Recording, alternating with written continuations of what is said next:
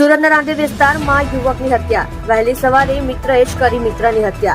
બાબુનગરમાં 21 વર્ષીય મુન્ના નામના યુવકની હત્યા. મુન્ના પર ચપ્પુના ઘા ઝીકી કરાઈ હત્યા. ઘટનાને અંજામ આપવા હત્યારો મિત્ર ફરાર.